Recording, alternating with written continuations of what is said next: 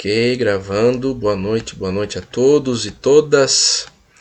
Esse é o encontro do nosso grupo ABC2 Artes, é um grupo temático dentro da ABC2. Prazer enorme que a gente possa, pelo menos para mim, né, a gente possa estar de novo junto, como um grupo que quer discutir as relações entre a arte, por uma perspectiva acadêmica, né, intelectual, e a fé cristã. Quem está aqui deve ter visto então que eu disponibilizei 3 links, porque eu sempre, no meu caso, eu sempre uso o Meet, que está na minha conta, né, do Google. Então eu vou gerenciando aqui. Na hora que o Meet me avisa aqui que falta 10 minutos, eu aguardo um pouquinho, interrompo, né, ou a minha fala ou a fala de alguém, para que todos acessem outro link, tá? Eu ainda tenho que explorar as outras alternativas aí que dispensam, né? Que tem mais do que 1 hora de duração, né? Mas essa minha por enquanto ainda é assim, tá ok? Eu lembrei, gente, hoje do Salmo 150. Eu vou puxar hoje a sardinha para a brasa dos músicos aqui. Mas obviamente, deixa eu abrir aqui, que isso vale para todas as demais linguagens, né? Afinal, aqui em artes a gente só não está, digamos assim, acolhendo ou, digamos, dialogando, na verdade, sobre literatura, porque já tem um grupo dentro da ABC2, que é o ABC2 Letras, né? Que inclusive é muito bacana, eu também participo. Quem não conhece ainda vale a pena. Porque também letras têm uma especificidade, né? A proximidade com a linguagem verbal torna ela muito mais definida do que talvez, muito mais concreta do que as outras artes. Os versículos 3 a 5 dizem assim na versão, na Almeida, versão ARA, né? Que é oficial dos presbiterianos, mas enfim, é a que eu tenho aqui de momento aqui no meu celular. Louvai-o ao som da trombeta, louvai-o com saltério e com harpa, louvai-o com adufes e danças, louvai-o com instrumentos de cordas e com flautas, louvai-o com símbolos sonoros, louvai-o com símbolos retumbantes. Obviamente aqui a gente tem que considerar as traduções, né? Porque daí talvez alguns dos instrumentos foram adaptados, né? Esse flauta provavelmente nós não teríamos como chamar ou comparar com a flauta doce ou com a flauta transversal, que são as flautas que a gente tem. De qualquer forma, é interessante olhar como ele lista, são, deixa eu ver, 1, 2, 3, 4, 5 instrumentos, são 2 manifestações de danças, né? Não, uma pelo menos, espera aí. Louvai-o com adufes e danças, né? E a dança que eu acho que não temos motivo para dizer que não é dança de se mexer como a gente se mexe hoje, né? Eu acho que depois algumas correntes mais vinculadas a como é que chama? Oh meu Deus, fugiu o nome, puritanismo, né?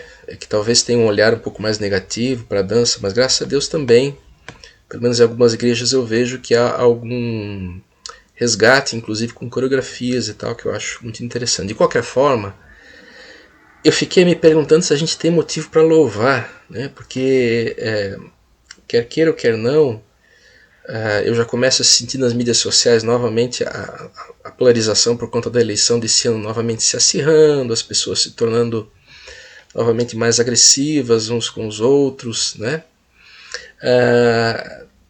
Temos novamente o inverno fazendo que casos de Covid, pelo menos aqui no estado, que é bem frio, novamente aumentando. Temos uma guerra da Ucrânia que, quando a gente pensava em não ouvir nunca mais os termos, né, a possibilidade de um conflito nuclear, mas eles novamente bateram a porta da nossa existência humana.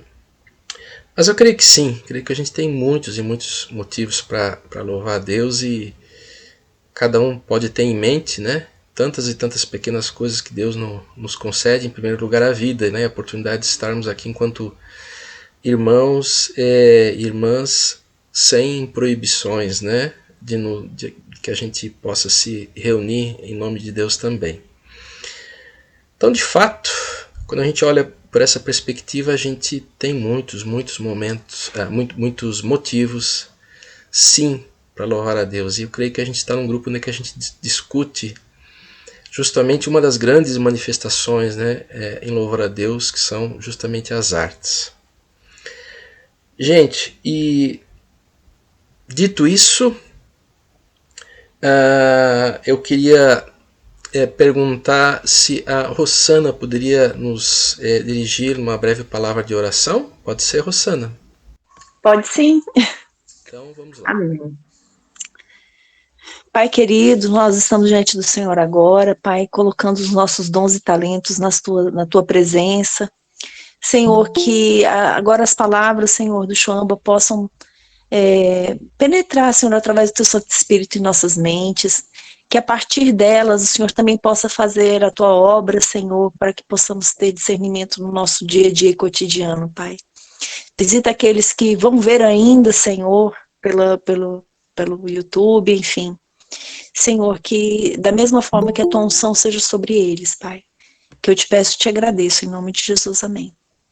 Amém. Boa noite, então, aos que acabaram de chegar ao grupo, a gente... Opa! Agora sim. Boa noite aos que chegaram agora ao grupo. Então, eu vou fazer o seguinte, eu vou, a partir de agora, abrir a projeção aqui do PowerPoint. Nós vamos hoje ter uma coisinha um pouquinho diferente, porque eu tenho 3 telas de um pintor, que são citadas no capítulo. Lembrando, a gente está... O Senhor, eu não sei se vai gravar, mas eu vou. Eu esqueço, não, desculpa, eu estou brincando. Sempre que me chamo de Senhor, eu não posso perder a oportunidade de brincar. Mas enfim, a gente está estudando esse livro aqui, né? A arte não precisa de justificativa.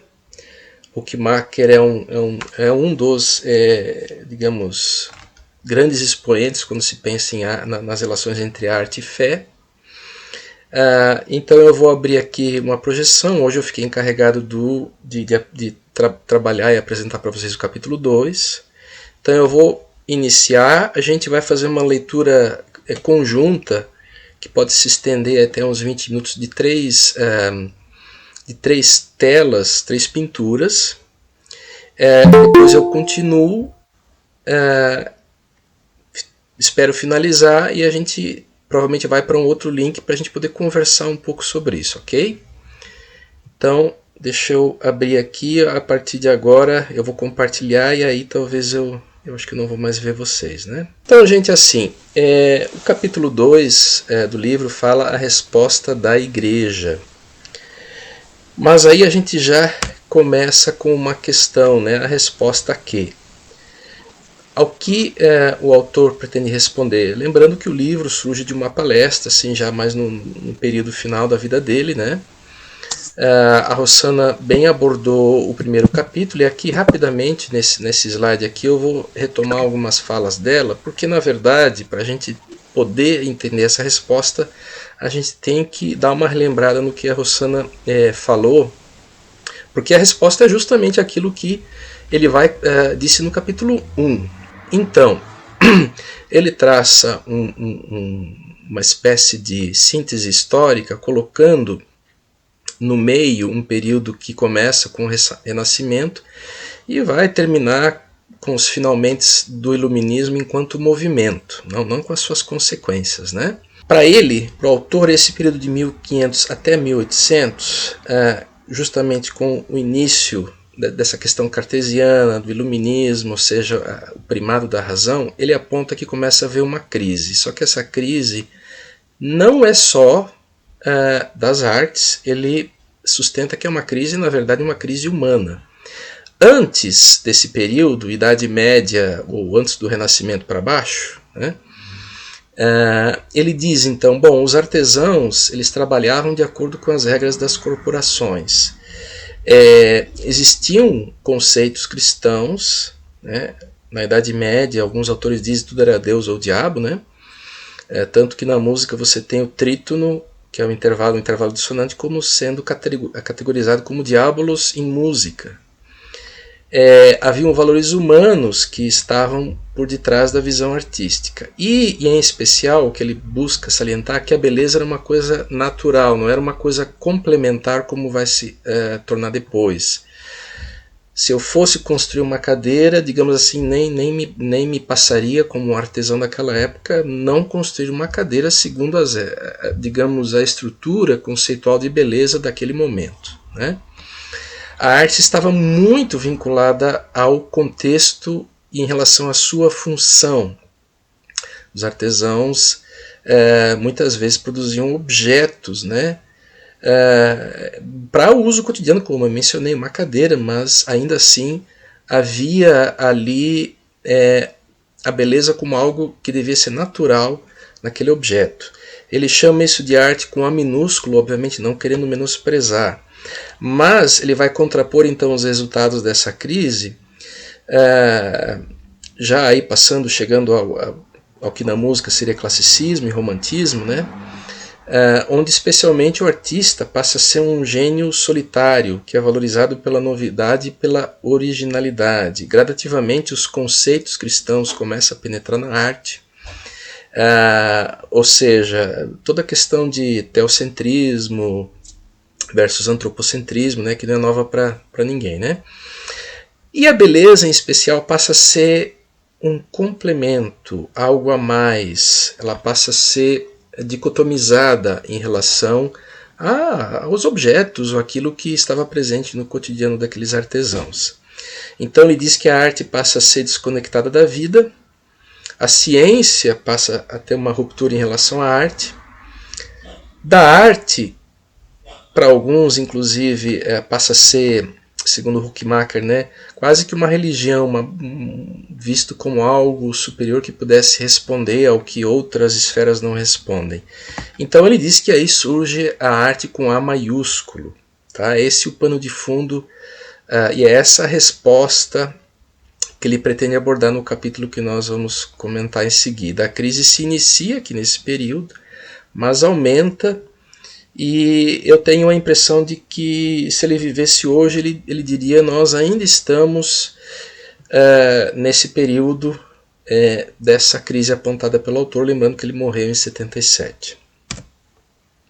E aqui agora eu queria que vocês olhassem um pouquinho essa tela, porque ele cita em determinado momento algumas manifestações artísticas. Eu vou retomar aqui.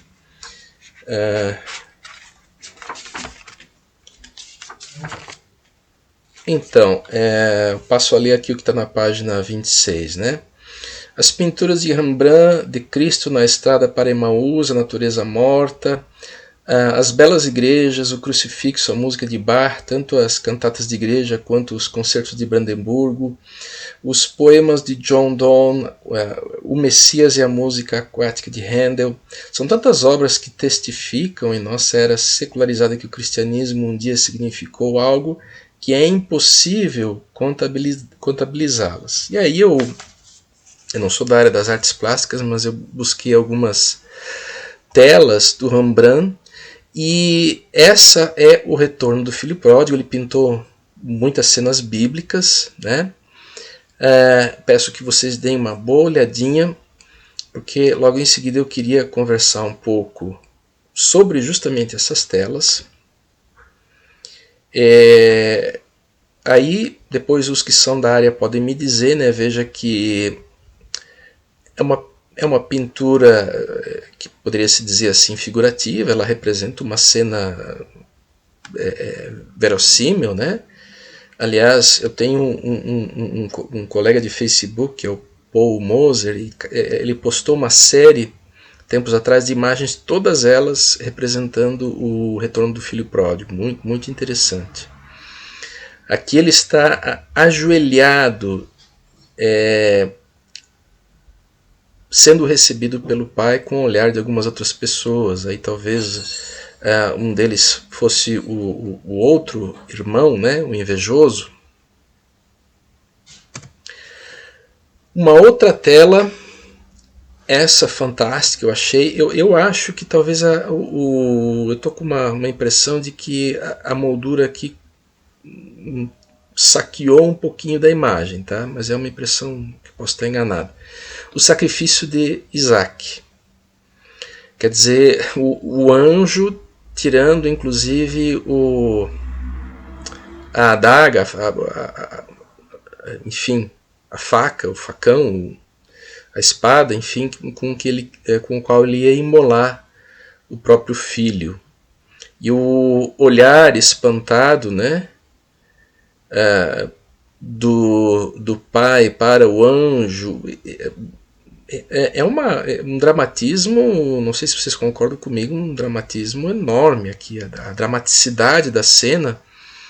O pai ainda tapando a boca do filho e pressionando ali contra a rocha, né, a cabeça do filho. E por último, uma outra tela, o filósofo meditando. Temos aqui uma possível residência, né? Ele tem uma pessoa, pelo menos aqui no canto direito da tela, alimentando ali o fogo da lareira ali, né?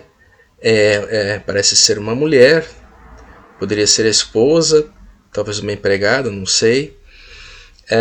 Interessante como ele trabalha, né? Eu andei lendo um pouco sobre a vida dele, a coisa do que era o escuro, né?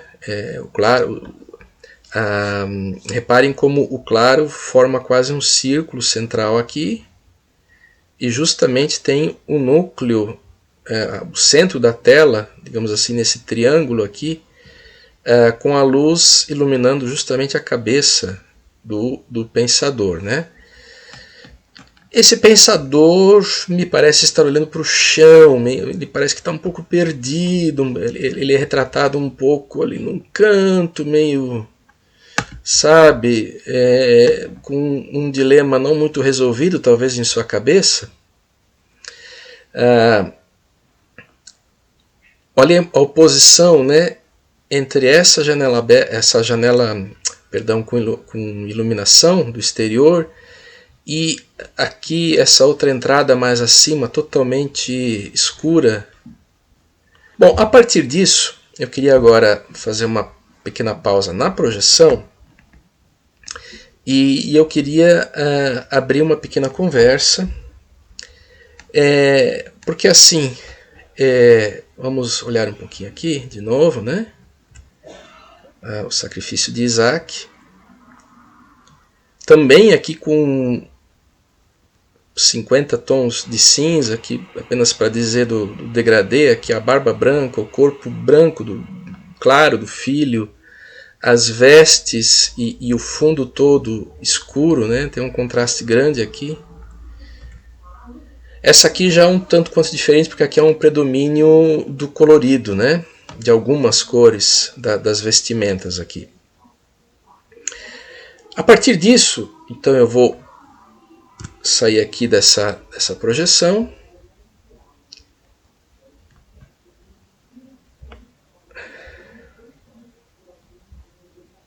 Vou retomar aqui, eu vou parar a apresentação e queria que a gente conversasse um pouquinho.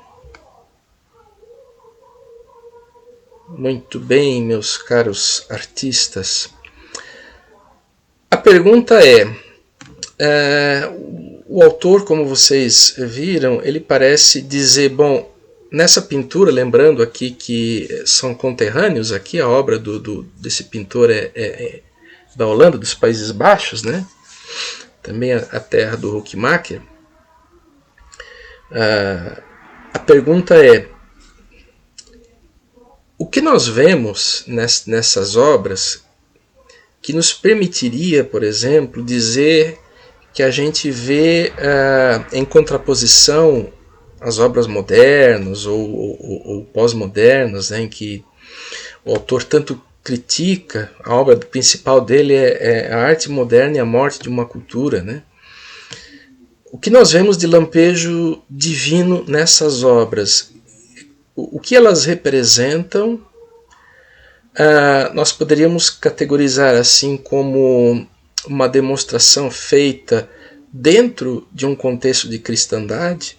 Sim ou não e por quê? Quem gostaria de falar?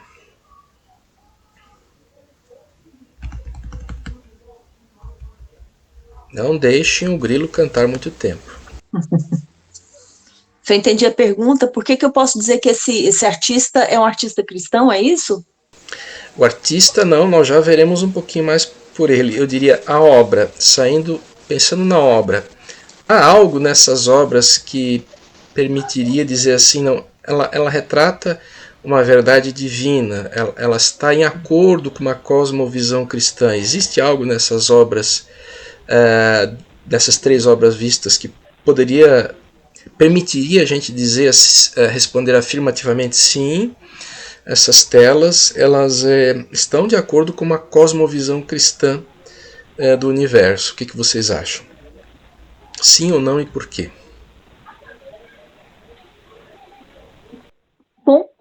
Comparando com o que a gente tem hoje, elas não trazem o fato que ele está retratando ao ridículo, né? Hoje, se muitos fossem pintar a mesma tela, por exemplo, o quase sacrifício de Isaac não seria algo retratado daquela forma, né? Com certeza seria algo como retratando Abraão como, sei lá, uma pessoa extremamente maléfica, e Deus pior ainda, né? Porque Deus que deu a ideia do sacrifício de Isaac. Bom, eu vejo dessa forma, né? Comparando com hoje, porque ele é cristão, talvez fosse isso. Não traz um julgamento moral, mas traz a beleza do momento, né? Vocês viram que tinha 2 dessas telas eram cenas típicas bíblicas, né? Mas uma delas não. Naquela obra, o filósofo meditando, há algo que me permitiria dizer que está dentro de uma cosmovisão cristã de realidade? Sim ou não e por quê? A Rossana já deu o pontapé inicial. Vamos lá, gente. Se não tiver ninguém na fila, eu me prontifico. E eu nem sou entendedora. Posso arriscar um pouco aqui, Chamba? Pode. A luz... Você é das artes visuais também ou não? Eu estudo a música, mas eu estudei arquitetura, né? Então, tenho um pouquinho de noção. Aquela coisa que você falou da luz na cabeça aquele centro de luz aí do lado esquerdo do quadro, né? Em oposição àquele outro centro mais escuro onde tinha aquela escada caracol. Eu acho que isso você pode entender como uma coisa dialética, né? Entre o céu e a terra, a luz que ilumina o pensamento do filósofo, ainda que ele esteja confuso, meditando, olhando para baixo, mas ele poderia estar refletindo sobre sua condição humana miserável, talvez, e a escada que dá num lugar desconhecido é uma possibilidade, né? Mas ali mostra que não há luz ali, né? É um lugar, é uma possibilidade, talvez, arriscada, não sei. Ali não há luz. Agora, eu fiquei pensando naquela figura que você comentou, que seria uma mulher cozinhando ali, ou fazendo uma tarefa doméstica do lado direito da escada, né? Não sei direito o que seria aquilo. Ou será que tem alguma coisa a ver com Marta e Maria? Não sei. Agora me ocorreu isso, né? Aquela pessoa que fica focada nas tarefas do dia a dia, mas talvez não esteja tão focada na presença de Deus, enfim, não liga uma coisa com a outra. Não sei, estou arriscando aqui, Chama. Exatamente, porque Joana. assim, eu logo passo a palavra para você, Mateus. Eu não pesquisei sobre as obras, tá? Eu fiz questão de vir para a live de hoje apenas selecionando as telas e dando uma olhadinha muito rápida, né? Para que a gente tivesse justamente esse frescor de leitura, que a leitura nesse momento não fosse pré-determinada por mim ou por alguma explicação. Então vamos lá, vamos ouvir o Mateus. Por favor, Mateus. Gente, desculpa, eu entrei com o nome errado. Darli aqui, Choamba. Ah, legal, tudo bem. Seja bem-vinda, Darli. Eu vou só pegando o gancho aí da Silvia, que ela falou sobre a mulher que tá no outro lado, né? Praticamente o lado oposto da obra. E é uma das partes que mais me chama atenção nessas obras são a relação forte que elas têm com a vida cotidiana, né? Que é uma das coisas que tem certas épocas na história da arte que é muito desprezada. Inclusive, hoje, nos nossos dias, né? Essa rotina, a disciplina, o cotidiano, reuniões de família, o serviço diário é muito desprezado, e eu entendo isso como a rotina, o cotidiano como presente de Deus, e por que ele não seria parte desse divino, né?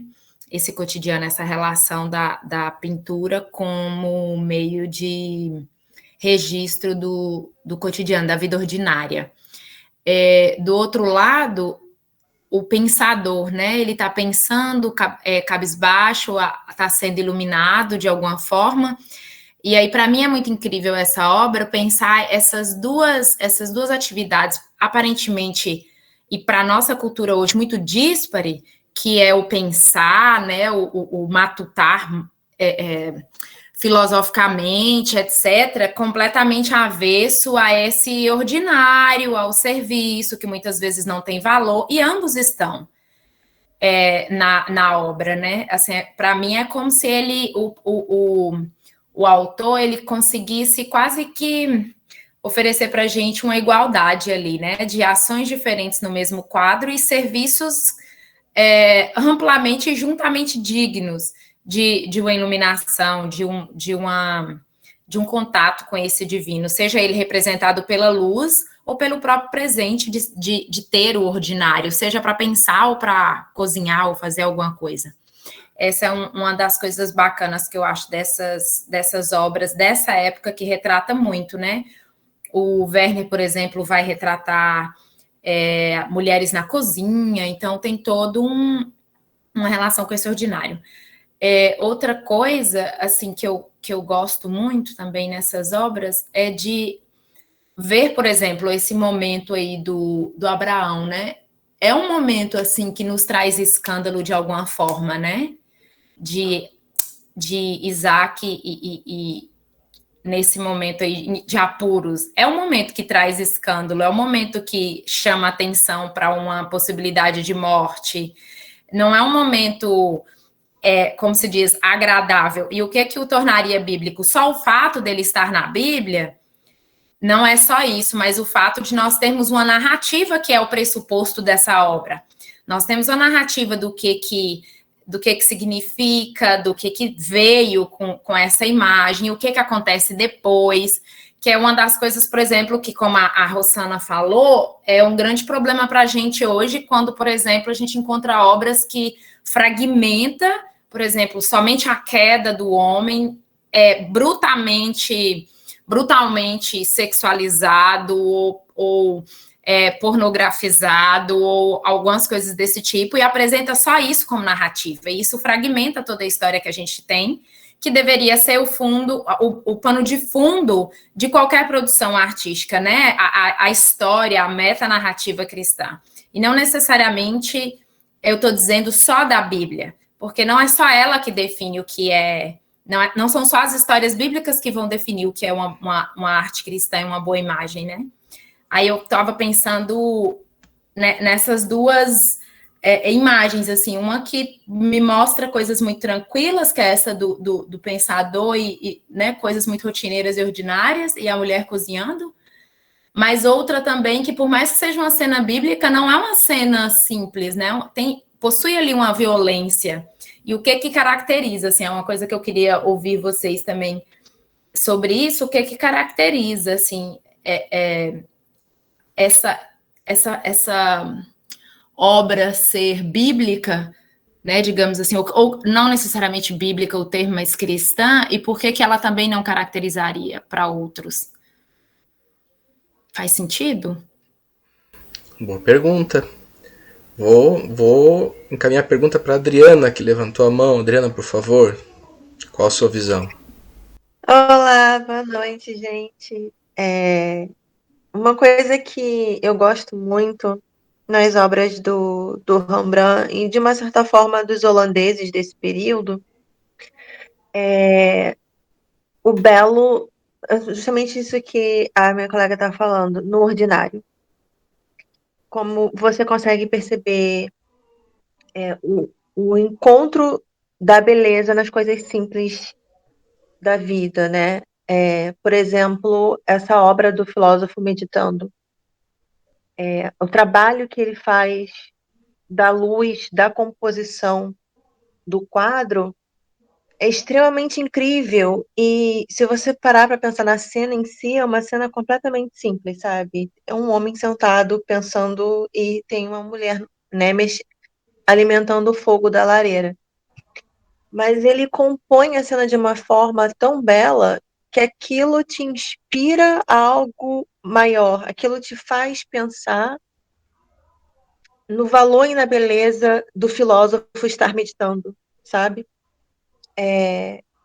E também a obra do Filho Pródigo, eu acho interessante, é que, diferente da obra do Sacrifício de Abraão, o Rembrandt pinta o Filho Pródigo situado no período dele, né? No período histórico-geográfico dele. Você vê pelas roupas que as pessoas, né, que os personagens estão usando no quadro.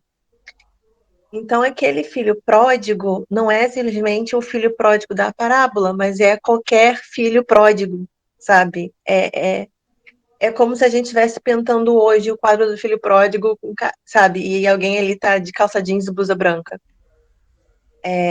Então, não é uma história da Bíblia, mas é uma história que qualquer pessoa pode estar vivendo, sabe?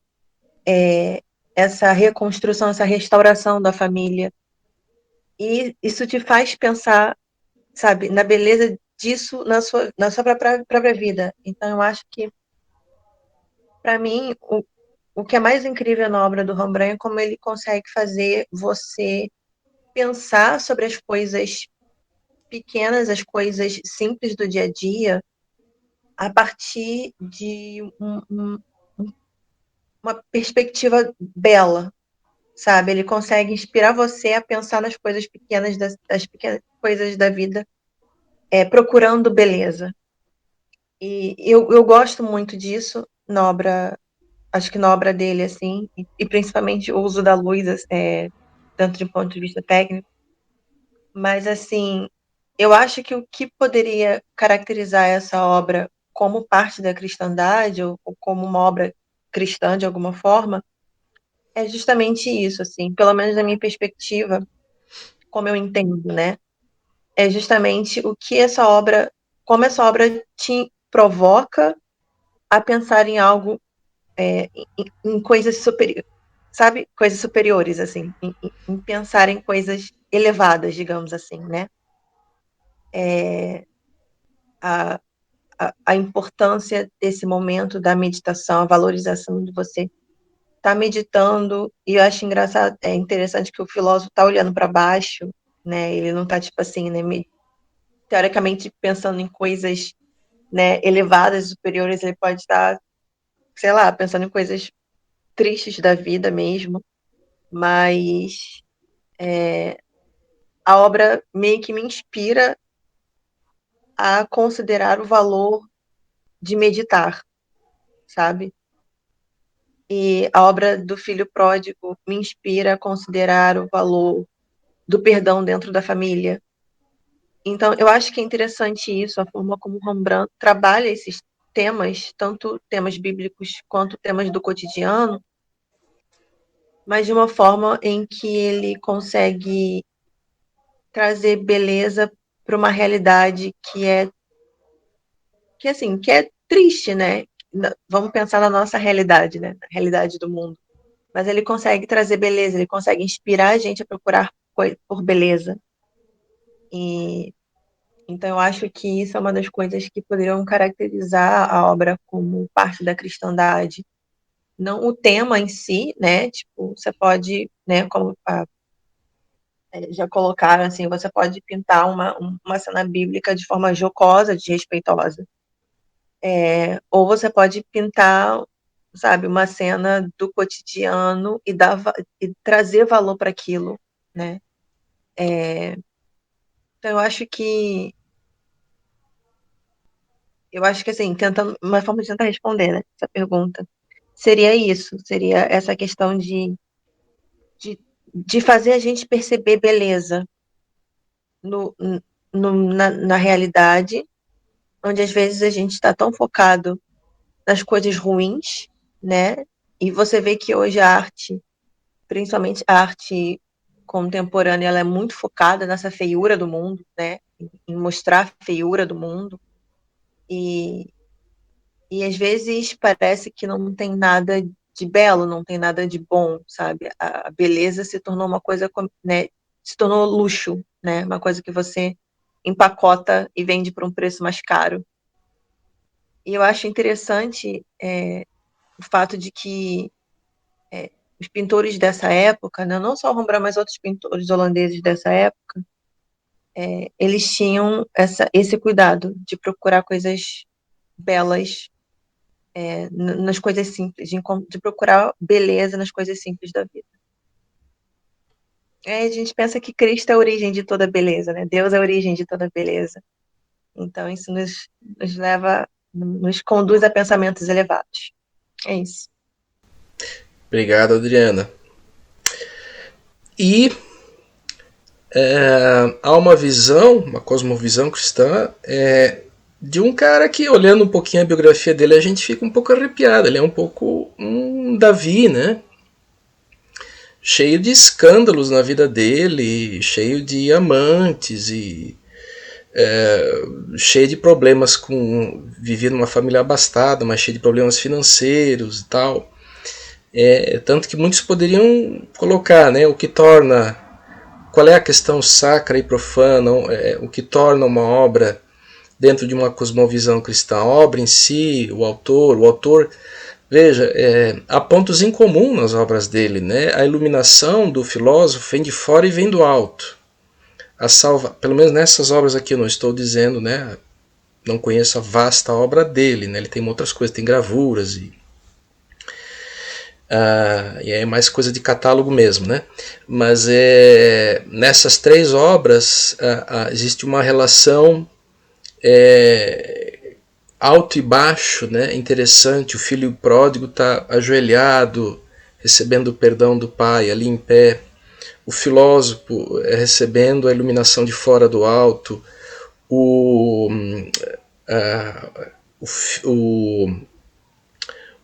Isaac sendo salvo por uma força do alto também. Existe, mesmo nesse homem falho que foi esse pintor, me parece que o mundo, enquanto uma cosmovisão cristã, está representado ali. Não parece, pelo menos nessas obras, haver uma ofensa a essa ordem criada dentro de uma cosmovisão cristã. Pelo menos essa conclusão que eu acho que é possível chegar, a despeito, né, como eu falei, da vida desse cidadão, e sem apontar o dedo para ele. A gente precisa pensar na nossa própria vida e também nas nossas próprias quedas, digamos assim, né? Ok, eu vou abrir de novo então aqui a projeção e vou terminar a minha fala, se houver tempo. Deixa eu ver aqui. Agradeço as participações dos colegas, tá? Só um instantinho. Muito bem. O autor, indo mais adiante no capítulo, que é um capítulo bem pequenininho, ele fala que com esse momento ali, a crise da arte, né, a arte vai estar relegada para o mundo, junto com as ciências, com a economia, com a política. E a arte vai ser, até hoje, muitas vezes, né, ela passa a ser considerada como não espiritual o suficiente. E às vezes nem mesmo a gente precisa pensar na esfera espiritual. Para muita gente, como eu já falei, na pandemia eu ouvi alguém dizer num post no Facebook, né, a pessoa dizia: se há uma coisa que eu consegui entender com essa pandemia é que a gente não precisa de artista, né? A gente precisa até do jogador de futebol, mas não do artista. Então, o cristianismo trata da salvação das almas, ele ficou relegado à vida devocional. É um pouco aquela ideia das esferas de soberania, né? E que ele nota que, a partir desse momento, entre os anos 1500 e 1800, você dicotomiza, deixa o cristianismo para a salvação da alma, e o que se refere ao corpo ou as outras esferas fica a cargo do mundo. Mas aí ele faz uns questionamentos que nós fazemos ainda hoje em dia. Tá, e se eu penso num culto cristão, por exemplo, não vai haver música nesse culto? Que qualidade vai ter essa música se a arte não é importante? Outra coisa, como serão confeccionados os panfletos? Né? Aqui ele se refere ao material visual de divulgação. A igreja, como que vai ser edificada? Com que perspectiva de beleza? Vai ser uma caverna? Vai ser uma edificação com tijolo à vista sem reboco? Enfim, como é que vai ser essa igreja? Ele faz essas perguntas bem simples, e aí ele passa a dizer e a defender, ou pelo menos dizer que, né, porque o título do livro é A Arte Não Precisa de Justificativa, né? Ora, Cristo veio para salvar o homem todo, ou seja, a fé não exclui política, economia e artes e ciência. Né? Essas dimensões estão entrelaçadas, interligadas. E nós devemos trabalhar justamente a partir do que Deus criou e do que Deus nos deu. Ele retoma essa analogia do corpo, né, da igreja como corpo de Cristo, pensando, sim, a arte tem um lugar nesse corpo de Cristo, os artistas têm um lugar nesse corpo de Cristo, certo? Não só no culto, mas na vida como um todo, na criação de Deus, há um lugar de direito, defende Huckmacher, para os artistas. E, indo para os finalmente do capítulo, já logo passando para um outro momento de conversa, ele começa a defender, naquela época, que era necessária uma reforma. Eu vou ler aqui o que ele diz na página 28. Estou convencido de que apenas uma verdadeira reforma pode gerar um renovo em nossa cultura. Uma reforma não apenas do cristianismo, mesmo que certamente tenha de começar por ele, mas também de nosso mundo ocidental. Não creio na solução marxista ou na solução tecnológica. E ele fala também sobre o profetismo. Muito bem, quando ele parte aí meio que para uma solicitação de ação, né? Ele primeiro cobrou, ele começa dizendo assim no capítulo, onde é que essa igreja toda esteve nesses 300 anos ali em que esse racionalismo foi expurgando Deus para algumas esferas, né? Sai da política, sai das artes, a igreja é para salvar a alma. E as outras esferas ficaram relegadas ao mundo. Ele pergunta, tinha muita gente crente, onde é que ficou essa gente toda? E aí ele traz então justamente o movimento do profetismo. Eu vou ler um trecho da página 29 que diz assim: os profetas do Antigo Testamento falaram a um mundo que conhecia a palavra do Senhor e havia se desviado e passado a viver o que atualmente chamaríamos de uma vida secularizada. Apesar de não haver promessa alguma de que o cristianismo voltará a ser reconhecido como influente em nossa sociedade, nossa tarefa é não nos esquivarmos de nossas responsabilidades. Lembrando que esse movimento profético do Antigo Testamento é justamente, as pessoas às vezes confundem, né, achando que necessariamente ele tem a ver só com a previsão de um futuro, né? Na verdade, o movimento profético é a voz de Deus para aquele presente, apontando para possíveis consequências futuras. Então, quando o autor traz esse respaldo nesse movimento profético, de certa forma ele está querendo dizer o seguinte: olha, gente, a gente está vivendo um período em que a arte está refletindo algumas coisas estranhas no mundo. E nós, cristãos, não podemos nos esquivar da nossa tarefa, incluindo aí os artistas, porque os artistas têm um lugar de direito, né, porque participam da criação de Deus. Lembrando que, por exemplo, na física, na música, que tem como base a física também, a física do som, a física do som não é criação humana, né? As notas musicais, se você esticar uma corda em qualquer lugar do mundo, ela vai ter certas propriedades que são inerentes à natureza, né? Então, nesse mundo em que a arte, segundo Huckmacher, tem o seu lugar, deve ser valorizada, ela também tem um papel. Os artistas também estão dentro desse movimento que se inspira no profetismo para falar a essa realidade. Lembrando que Huckmacher, mais uma vez, ele não chegou nem aos anos 80 e 90, né? Chegou apenas até 77. O que ele diria hoje com a arte que está sendo feita hoje, né? Tanto a popular como a erudita. E aí, eu vou finalizando para a gente novamente entrar numa conversa. Ele diz que a igreja tem que fazer 4 coisas: prantear, orar, pensar e trabalhar. E aí eu coloquei apenas uma interrogação: como? O que ele quer dizer com isso? E como que a gente pode pensar o papel do artista dentro dessa com uma inspiração profética? O que ele quer dizer com prantear, orar, pensar e trabalhar? Tá? São essas as perguntas que eu vou deixar. Vou finalizar aqui a apresentação.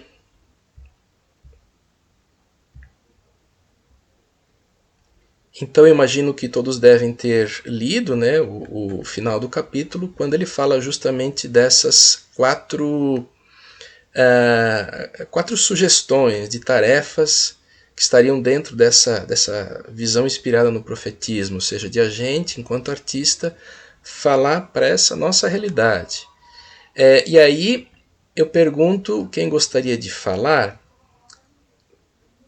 o que seria então prantear, orar, pensar, a partir, nesse nosso ambiente da arte? Quem gostaria de iniciar aqui? A Jéssica tá. Isso é um dedo levantado, Jéssica? Não? Não é, mas eu posso falar. É que eu estava procurando um negócio ali no aplicativo da Bíblia. Mas se quiser, eu posso falar alguma coisa aqui. Aproveita. Não, é sobre o profetismo, né? Eu acho interessante que o profeta na Bíblia, ali no Antigo Testamento, ele é justamente essa pessoa que está fazendo alguma coisa, né? E Deus o chama para algo dentro da sua realidade. Então, por exemplo, Jeremias, né? Quando ele é chamado, ele está dentro de um contexto em que ele acha que é para ser sacerdote, alguma coisa assim, na linhagem da família dele, e Deus o chama profeta. E quando a gente vai ler o livro, a gente vê várias reflexões dele, né, de Jeremias, por exemplo, Deus pedindo para que ele descesse à casa do oleiro, observasse o trabalho do oleiro, e que daquela forma Deus, né, faria com o povo e tal. Não só ele, mas os profetas menores também, só que como ele é um dos profetas que é conhecido como o Chorão, né, eu achei interessante falar sobre ele, justamente por causa dessa sensibilidade. Então, eu acho que nesse sentido, fazendo um comparativo com a nossa realidade, é importante a gente pensar também que esse chamado ao profetismo, ele está, sim, relacionado ao nosso cotidiano, aquilo que a gente faz, às vezes a gente acredita que, eu preciso sair de tal área para fazer. Também, isso pode acontecer, para fazer arte. Mas a gente pode ter esse pensamento artístico aonde a gente está, mesmo parecendo ser um lugar muito pragmático, muito objetivo, a gente pode ter esse olhar, e aí, adicionando a isso ainda, esse olhar dos profetas, eu vou colocar dessa forma, dos profetas bíblicos, principalmente do Antigo Testamento. Por que eu vou falar dessa forma? Porque eles eram chamados por Deus, né, de uma forma diferenciada. Tipo, você tem na Bíblia ali, que nem Jeremias, que eu estou usando agora como exemplo, eu te escolhi do ventre, ou você vai ver Isaías também, que, uau, né, o chamado dele te espanta. Então, tudo isso causa um espanto e é diferenciado. Então, eu acho que o Rockmarker ali, ele coloca muito bem. Eu falei, o livro, assim, foi uma mudança, porque eu escrevi sobre discurso artístico na faculdade, eu fiz letras, mas eu escrevi sobre discurso artístico, e eu falei, se eu tivesse esse livro na minha mão, naquela época, meu trabalho teria sido em outra linha, que era justamente o que eu queria pegar, que eu peguei muito uma linha Foucaultiana, tal, e que eu tentei fugir um pouco da realidade ali que acabava casando com a faculdade, mas aqui eu vejo que ele consegue trabalhar a arte dentro da cosmovisão cristã, e aí eu quis trazer esse exemplo dos profetas, porque ele cita o profetismo, e eu acho que é justamente nessa linha, talvez não seja nessa, mas é uma das possibilidades, e que eu acredito que é a possibilidade dessa linha do profetismo, da gente pensar a partir de um chamado para uma vida profética, entendendo o que Deus quer, e a gente realizando aquilo, né, de uma forma... Eu não sei, na verdade, como colocar assim em palavras técnicas, mas como é que a gente aí fala? Poiesis, né? A autopoiesis que a gente tem lá do grego, mais ou menos nesse sentido. Então, você conseguir traduzir isso para a realidade, para essa realidade, tirar isso do metafísico, trazer na realidade e falar, nossa, nunca tinha pensado dessa forma, né? E é uma maneira cristã de se pensar. Então, eu acho que seria isso, a princípio. Desculpa aí qualquer erro técnico. Não, que isso, aqui somos todos aprendizes uns dos outros. Eu acho que sim, eu acho que você colocou muito bem a questão da sensibilidade de Jeremias, né? O chorão. Mas uma das coisas que Huckmacher coloca, talvez até a partir da própria sensibilidade artística, né? É esse prantear, né? Talvez a gente, eu não vou dizer que as outras pessoas não têm sensibilidade, seria ridículo, né? Mas a gente trabalha com ela, a gente pega ela, a gente desenvolve ela como uma das qualidades humanas, e talvez a gente consiga, às vezes, ter um olhar diferenciado para as questões humanas, né? Onde que muitas vezes há a completa frieza. Gente, sem querer... Sim, a Thaís pode, claro, logo em seguida. Sem entrar em discussões políticas, tá? Mas o que vocês pensam desse caso aí do sujeito que foi morto dentro de um camburão com um monte de gás, com fumaça? Eu fico pensando... Esquece qualquer conotação política, esquece qualquer apropriação ideológica. Eu não estou pensando, ele podia ser branco ou negro, ele podia ser homem ou mulher, ele podia ser heterossexual ou da comunidade LGBTQIA+, não importa. Qualquer ser humano ser colocado num camburão com uma substância asfixiante, por exemplo, sem a menor... sem o menor pensamento de que, cara, eu estou sujeitando uma pessoa a uma tortura e a uma violência que pode levá-la à morte. Quer dizer, é com esse mundo, né, com a nossa raiva, e aí eu não estou querendo me colocar como superior a esses policiais, não. Somos humanos, né? Eu lembro muito de um pastor aqui, que foi questionado porque um sujeito quis atropelar a mulher de quem ele tinha se divorciado. E aí alguém perguntou para o pastor, viu aquele cara fazendo isso? Ele disse, pois é. E a gente na situação dele, com os dilemas dele, o que faria, né? Então não se trata aqui de apontar uma monstruosidade que, conforme a pressão das circunstâncias, não pode estar ao alcance das nossas mãos, né? Eu acho que é essa mensagem que Jesus tenta colocar e nós precisamos nos vigiar dia a dia. Mas, enfim, Só, a que ponto? só queria Por falar favor. uma coisa que você falou, desculpa interromper. Eu acho até a questão que você falou do Camburão ali deles, a resolução, como eles tentaram resolver a questão, você percebe a falta de repertório que essas pessoas têm para lidar com outro ser humano, né?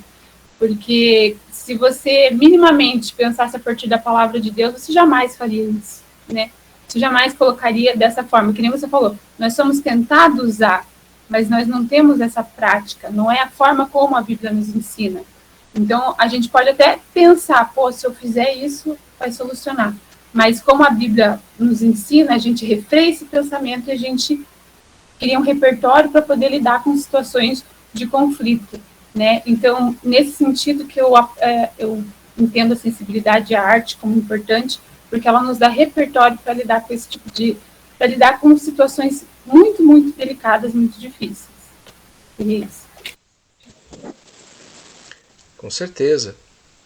Enfim, a Thaís, né, tinha levantado a mão. Por favor, Thaís.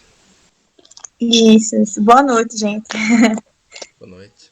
Então, sobre essa questão do prantear, né?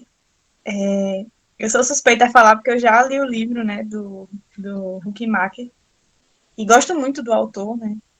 Enfim, mas essa questão do prantear me remete muito a gente se conectar ao mundo, sabe? Porque enquanto cristão, né, e artista ainda mais, né, a gente tende a olhar para aquilo que ainda há de vir, né? Seja a redenção, seja o não sofrimento, seja as coisas que hão de vir, né, pro futuro.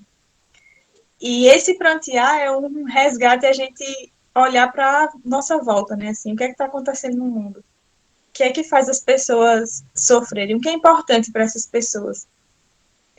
O que é importante para essa sociedade e como a gente pode se comunicar com essas pessoas através da arte, né? Através do que cada um faz, seja na música, seja na poesia, seja nas pinturas, né? Nas telas, na dança, né? Na expressão corporal, teatro, enfim, nas diversas formas de fazer arte, né?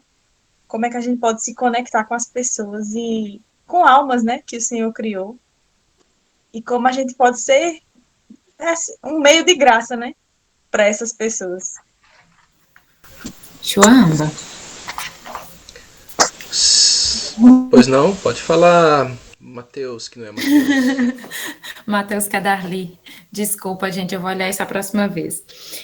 Eu acho muito interessante, assim, como ele começa esse capítulo e como ele termina, sabe? Para mim foram duas sentenças, assim, duas frases muito bem colocadas. Ele começa o capítulo falando onde estavam os cristãos, né? Quando o mundo começou a mudar no século XVIII, e essa pergunta eu acho que ela é muito válida para os nossos dias de hoje. E aí eu trago para nós, assim, para mim, sabe?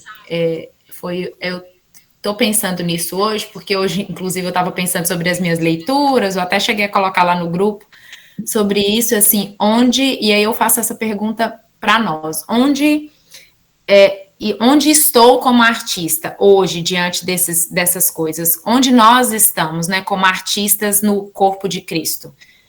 Atuantes, como nós estamos? Aí eu fico me perguntando como eu estou com as minhas leituras, como eu estou com a minha produção, como eu estou, de fato, sabe? E como Deus gostaria, de fato, que eu estivesse, né? E aí, na página 30, ele vai falar, pranteando, orando, pensando e trabalhando. E ele termina com isso, né? Pranteie, ore, pense e trabalhe. E aí, uma das coisas desse capítulo, assim, que para mim pesou muito, é porque às vezes a gente, nós artistas caímos um pouco assim, né, nessa questão de que nós temos que produzir coisas biblicamente, né, imagens, ilustrações biblicamente apresentadas, sendo que o processo que deveria realmente nos interessar é vivermos como cristãos para que produzamos boa arte, e não produzirmos arte para sermos bons cristãos em si. Né? Então, se nós estamos nos alimentando de uma boa palavra, de uma vida devota diária, de disciplinas espirituais, e todo esse arcabouço que a gente sabe que um cristão deve viver, a produção artística será resultado disso. Né? Ela não é mais o início. A arte precisa continuar sendo o meio, mas ela, dentre essas palavras aí, planteie, ore, pense, trabalhe, ela não é o tudo aí, né? Esse planteio tem a ver com mais coisas do que a produção em si, o orar também, o pensar sobre essas questões também, e aí trabalhar, e aí a gente coloca um peso mais nessa palavra para essa produção de arte, que é o que resulta, né, desse pranto que a gente tem, dessa vontade de produzir como cristãos de fato. Então, assim, para mim, esse capítulo é muito desafiador nesse sentido, sabe? Que me faz voltar para essa pergunta, desde como estão minhas leituras, coisas básicas, assim, do meu dia a dia em relação às artes, até como está o meu posicionamento como artista cristã. Isso, para mim, ele me chamou muita atenção, assim, como ele é direto, de propor isso para a gente, né, de questionar, não ao mundo, como você mesmo lembrou, assim, não apontar o outro, mas como eu estou diante de tudo isso. Com certeza, é desafiador, com certeza. Prantear, orar, pensar e trabalhar envolvem dimensões extremamente amplas. O trabalhar aqui, né? Claro, a gente está tendo acesso aqui a uma tradução, né? Pressupondo que essa tradução representa aqui bem o pensamento do Huckmacher, né? Mas envolve também orar, inclusive pelo nosso grupo aqui, uns pelos outros, né? Pela segmento ABC2, que muitas vezes é confrontada no ambiente cristão, né, e não só cristão, toma pau às vezes, né, porque alguns se posicionam, alguns, por exemplo, sem entrar novamente na apropriação ideológica, né, última semana aí, apanha dos dois lados, é um tapa no lado direito, do esquerdo, e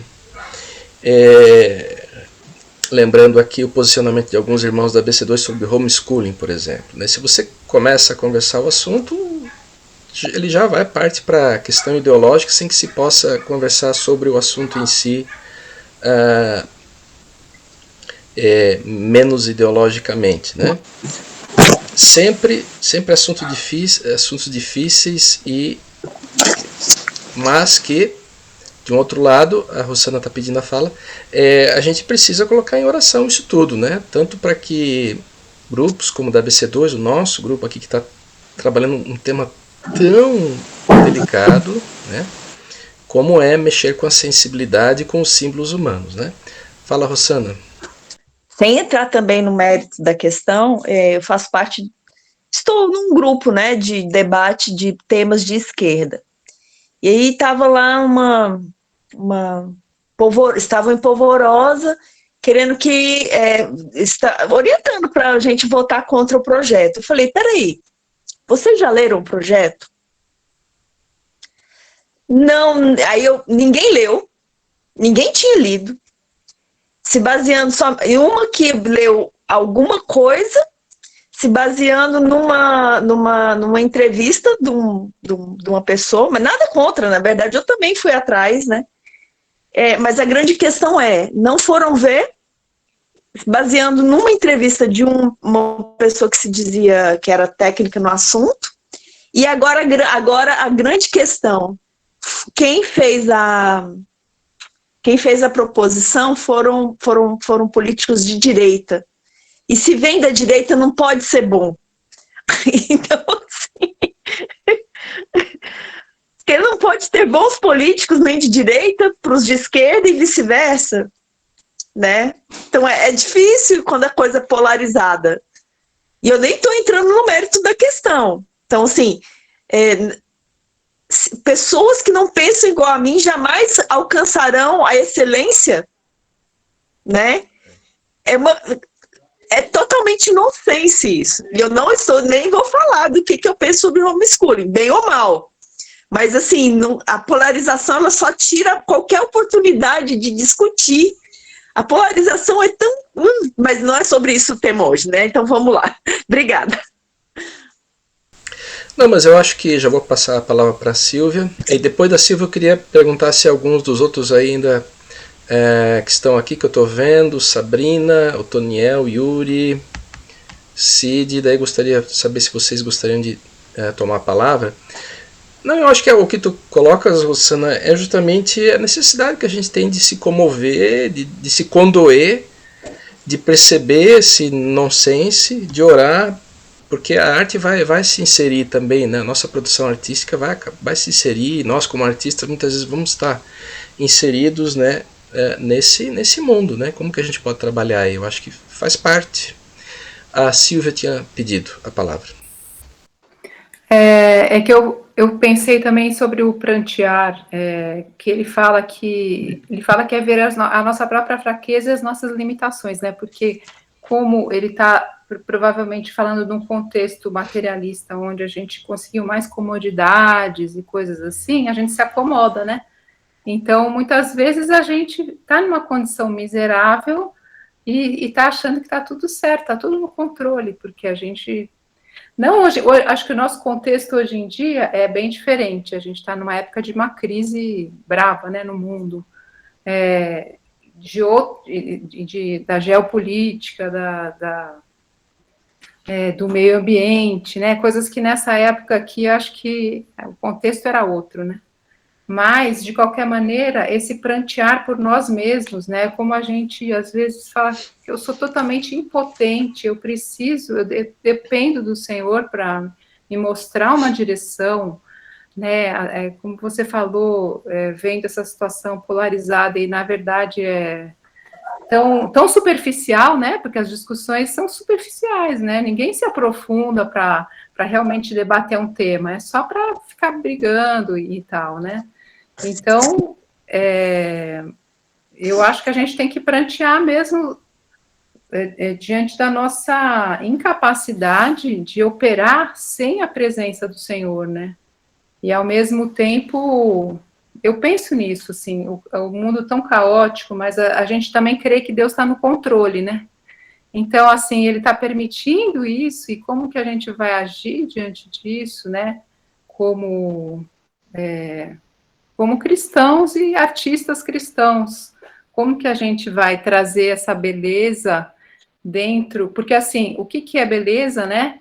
A gente também estava entrando nesse assunto no último encontro, e eu às vezes vejo artistas assim, por exemplo, não sei se vocês já ouviram, se gostam, se já se depararam com a obra do Emicida, por exemplo, né? Você fala, nossa, a princípio o rap daquele jeito era uma coisa estranha para mim, aí eu comecei a ouvir as letras dele, falar, nossa, ele está resgatando alguma coisa ali que, será que ele está trazendo a luz do Senhor para aquele contexto onde ou para essa realidade, né? Tem coisas muito interessantes, né, do que o Emicida fala, assim, por exemplo, né? Só que, assim, algumas pessoas vão achar que, nossa, mas isso não é bonito, né? Porque, assim, tem ruído, né? Na música a gente fica muito nessa coisa, o que é ruído, o que é um som consonante, o que é belo, né? O timbre, usar esses ruídos das máquinas, é feio, então, fazer isso, né? Dentro dessa... Porque eu também fiquei em dúvida aqui, talvez Chumba possa esclarecer aqui, numa frase que ele fala, não creio na solução marxista ou na solução tecnológica, lá na página 28, né, ele fala isso. Quer dizer, eu não entendi muito bem o lance da contraposição de uma coisa ou outra, né? Quer dizer, a solução tecnológica tem a ver com o quê? Com o desenvolvimento tecnológico como uma perspectiva de evolução do ser humano, ou de resolução dos problemas? Eu não entendi muito bem o que ele quis dizer com isso. Eu posso compartilhar a forma como eu entendi, já que ele também não explica, né? Mas em outros textos e de outras pessoas ligadas a ele, né, ou como Francis Schaeffer e tal, eu vejo que o marxismo enquanto uma corrente de pensamento materialista, né, que expurga, ok, um abraço a Darly, até a próxima. O marxismo, a gente está lendo no nosso grupo aqui o livro do Coises, né, o grupo local. Ele tenta apresentar uma redenção para a humanidade. Essa que é a questão do marxismo. Ele tenta dizer que nós precisamos trabalhar a igualdade de classes e aí vamos passar por estágios até chegar num estágio que vai ser o socialismo, o comunismo. Um abraço, Sabrina, até a próxima. Ele está apresentando uma proposta de redenção, Guerra Fria, exatamente. Está apresentando uma proposta de redenção para a humanidade, né? Uma proposta religiosa, e nesse sentido acho que ele está dizendo, não, essa não é solução, né? Lembrando aí que, inclusive, os países comunistas impunham, né, ditames àquela arte, né? Mas ele também não crê, quando ele fala na solução tecnológica, eu vejo muito ele partindo para o outro lado, porque daí a gente sempre associa o capitalismo, né, com o desenvolvimento tecnológico. Afinal, o capitalismo se alimenta, enquanto modo de produção, né, da tecnologia. Então eu vejo ele contrapondo assim, para mim ele está dizendo, os sistemas humanos polarizados, Guerra Fria, a colega acabou de dizer, Estados Unidos e antiga União, veja, ele morreu em 77, né? A queda do Muro de Berlim foi em 89, né? 86, 89, uma coisa assim. Então ele nem vivenciou essa ruptura. Ele está dizendo, não, o que estão fazendo lá, para mim, não é a resposta. Agora, o que estão fazendo aqui no Ocidente também não responde de todo os dilemas. A solução aqui que a arte pode colocar é outra, né? Então, a partir disso eu pergunto ainda para os outros colegas, gostariam de tomar a palavra?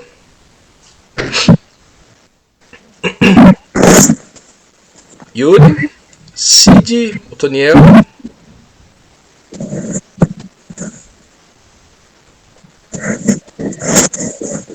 Se não, tem a Rossana aí com o microfone aberto aí, né?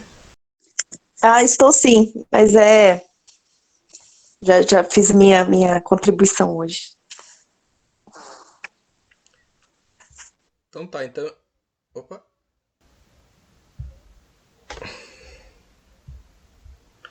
Ok, tá ok, Toniel. Então eu vou fazer uma rodada agora um pouco provocativa aqui, né? Sobre um item que a gente comentou um pouco, que é a terceira sugestão de ação dele, né? Que é pense, reflita. Uma das frases diz: como temos sido pegos pelo espírito do iluminismo, na página 32, né? Estou convencido de que jamais sairemos da crise, dos problemas, a menos que percebamos como temos sido pegos pelo espírito do iluminismo.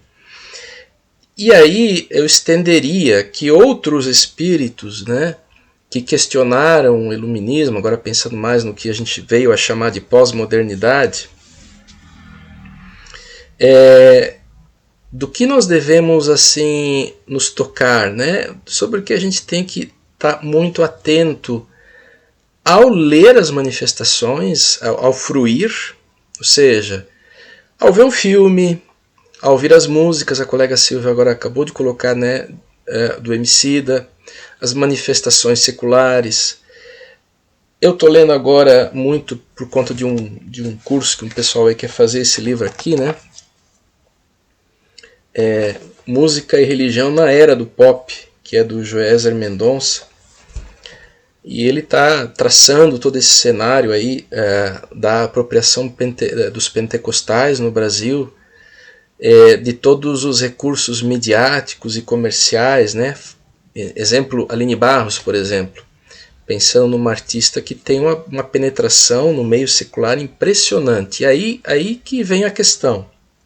Como é que a gente pensa sobre isso? Por quê? De um lado, pegando a Aline Barros como exemplo, talvez por ser a artista que eu acho que de todo o mundo gospel, é talvez a artista com mais vendagem, com mais penetração na mídia secular e assim por diante, né? Tomando ela como paradigma. Como que eu encaro isso tudo? A gente pode dizer, não, mas espera aí, essa música da Aline Barros é isso, é aquilo, é não sei mais o que, não sei mais o que. Ué, mas eles não estão tentando se inserir no mundo secular e eles não são mais cristãos porque eles estão fazendo isso? Eu tenho que condenar essas manifestações, a teologia é uma droga porque fala de curas, mas no fim nem é bem isso que ela pessoalmente crê, mas ela está ali, presente, né? Assim como Diante do Trono, assim como outros que eu pessoalmente curto, que é do João Alexandre, por exemplo, eles também estão inseridos aí nesse mundo. Eu lembro muito de uma palestra que eu vi do João Alexandre, quando ele esteve por aqui, em São Bento do Sul, porque daí alguém pergunta, tem ambientes em que o cristão não deve estar? Então ele disse, olha, você tem que decidir.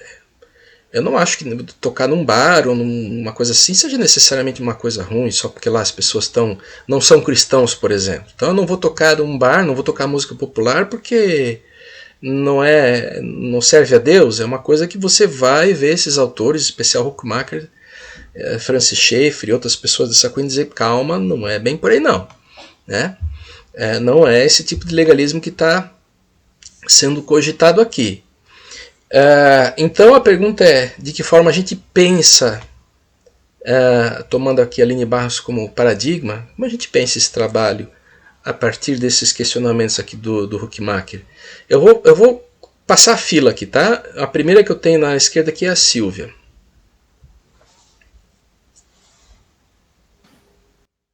Isso é uma coisa que eu sempre me penso, né, o que será que representa você falar no mundo uma música cristã? Eu acho assim que o grau de excelência do artista, ele conta. Então, por exemplo, ela canta com uma voz que chega, que fala, que convence, né? Eu acho que isso faz diferença, né? Ou seja, a parte técnica do que ela faz, ou de toda a produção, vai chegar mais ou menos, né? Ela está num mercado pop, assim como você falou, pelo jeito tá, né? Mas assim como a gente vê, isso acontece nos Estados Unidos também, né? Então, tá meio similar ao que acontece lá, né? Como muitos dos cantores que se projetaram até no mundo secular vieram de um contexto cristão, né? Porque cantavam nas igrejas e de repente viraram artistas e mudaram até o repertório em função da sua popularidade, né? Do seu. Eu acho que talvez isso aí que esteja acontecendo com a Aline seja um pouco do que acontece lá, né? Nos Estados Unidos. Então, eu acho que a pessoa ela pode até cantar uma canção cristã, ou aprender e decorar e gostar, e não necessariamente ter a mesma fé, né? Como a gente canta lá Negro Spiritual nos corais, as pessoas cantam Negro Spiritual e não têm fé, né? Como eu já antes de ter fé, cantava, achava bonito, achava interessante, bem feito, gostava da sonoridade, Mas era uma coisa totalmente estética, não tinha a ver com a mensagem. Então isso é uma questão, né, que a gente, como artistas, temos que pensar, né? Será que todo mundo realmente leva o texto a sério, né? Ou gosta mesmo da levada, da parte estética, assim, que não tem a ver tanto com o texto literal, né, daquilo. Não sei, acho que a gente tem que refletir sobre isso, né? Mas eu vejo muitas pessoas cantando coisas assim muito divergentes, porque elas gostam da cara estética, mas não necessariamente de um compromisso de fé, né? Uhum. Não, com certeza. A Silvia, ela colocou mais uma pergunta em cima da minha pergunta, né? Que é o que a gente não pode realmente também fechar tão drasticamente. Complicada essa questão, hein? Complicada essa questão. Complicada porque justamente mexe com a imagem do que o mundo secular entende como cristão, né? Eles acabam colocando tudo sob o mesmo rótulo. Tudo é evangélico e se você pensa assim, um assado, as pessoas acabam não tendo esse discernimento, né?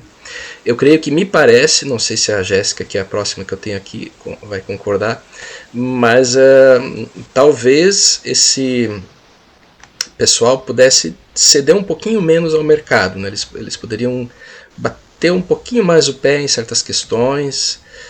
A gente realmente percebe que eles se apropriam, não totalmente, né? O profano, quando vem para o sacro, ele sofre um corte, né? Mas parece que às vezes algumas manifestações são um pouquinho exageradas, né? E aí acho que podia ter um pouquinho mais de senso crítico, de olhar para o evangelho mesmo, né? Mas eu queria ouvir a Jéssica, que é a próxima aqui, na vizinha da Silvia aqui no meu vídeo. Então, eu acho que eu vou adiantar, vou dar um spoiler do próximo, que até tem a ver com isso. O autor, ele vai falar sobre 2 artistas do jazz, né?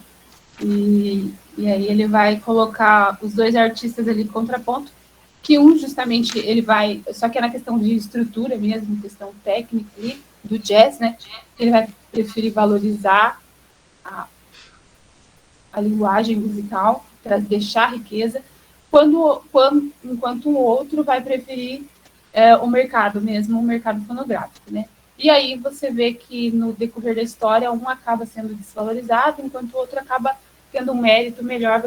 Ele até comenta que o outro é citado em universidades e tudo mais, mas este segundo que optou por manter o primeiro que optou por manter a riqueza musical do jazz ali, ele ficou mais, digamos assim, mais robusto nesse sentido. Ele tem mais referência, né? Foi mais ou menos assim. E ali eu não lembro agora exatamente, eu teria que retornar, mas eu não lembro se ele fala que necessariamente do contexto cristão. Eu não sei se é só da técnica, da musicalidade mesmo, da riqueza musical dos dois, ou se ele faz uma comparação lógico que o livro inteiro dele vai falar sobre a cosmovisão cristã do artista, mas eu não sei se nesse exemplo ele está querendo dizer só isso, você está querendo chegar um pouco mais, mas eu lembrei agora. E aí o que me veio assim quando você estava falando, eu retornei ali nas primeiras páginas, porque eu lembrei de uma que ele começa ali falando, né, da reforma. E aí ele fala de 1800, faz uma pergunta ali, né? E aí eu lembrei, falei, vou voltar ali para poder falar o que eu acho, né? Que eu concordo e a gente precisa fazer uma escolha existe esse momento na vida de todo artista, de todo mundo, entre só ganhar dinheiro e manter a sua arte, né? Hoje eu acredito que a gente tem algumas opções, mas não adianta a gente dizer que uma pessoa que está ganhando muito dinheiro, ela está mantendo alguma riqueza ali e tal. Ela está fazendo só respeitando a sua cosmovisão, porque a gente vê muitas pessoas, por exemplo, eu cito aqui da ABC2 o Guilherme, como é o nome dele? Guilherme Carvalho?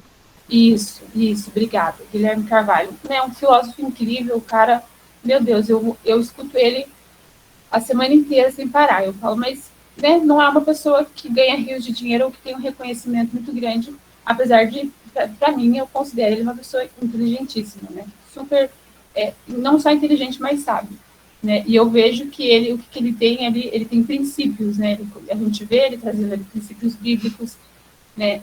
Ele está falando de um assunto que às vezes, muitas das vezes é difícil, é um assunto que polariza, mas ele consegue trazer dentro da luz da palavra, você consegue, ele não abre mão dos princípios bíblicos e ele traz aquilo ali. Só que aquilo não gera público, a gente sabe que não gera, ele escreve para a Gazeta do Povo aqui, né? E a gente, por mais que seja conhecido, mas ele não é um, digamos assim, o Luiz Pondé da vida, né? Por quê? Porque ele talvez não abra para assuntos que as pessoas gostam, assuntos, né, que tem a ver com coisas que não condiz, assim, né, sei lá. Enfim, ele trata ali dessa cosmovisão, é isso que eu quero dizer. E aí o autor no livro, ele coloca, né, aquelas 4 palavras, planteiem, orem, pensem e trabalhem. Aí o que eu penso sobre isso? Que é justamente esse o nosso trabalho. Então eu citei Jeremias, eu vou continuar reforçando isso, né, de Jeremias. Por quê? Porque o que levava Jeremias a chorar era a forma como ele via o povo dele, né? Que ele falava assim, o juízo está chegando, mas esse juízo está só na cabeça e nos sentimentos de Jeremias. Não está na realidade do povo ainda. O povo está tudo normal, eles estão vivendo o dia a dia deles normal, está tudo tranquilo. Esse juízo ainda não chegou. O que Jeremias faz? Ele vai para as praças, ele é preso, né? Ele fala, gente, vamos se desesperar um pouco aqui? Dá para alguém ter desespero junto comigo?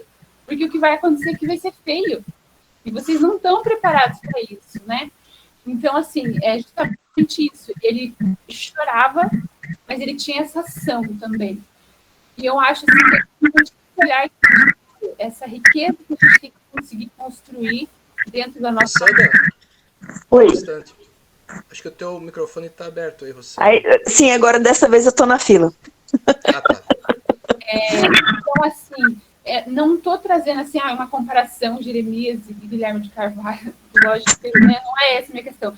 Eu estou dizendo assim, eu estou tentando trazer alguém da nossa realidade que consegue lutar, né? Consegue colocar a sua fala, essa percepção cristã dentro de um ambiente que já foi citado aqui, que é um ambiente muito difícil, porque a gente não está no meio termo, a gente está talvez numa via contrária a tudo isso, né?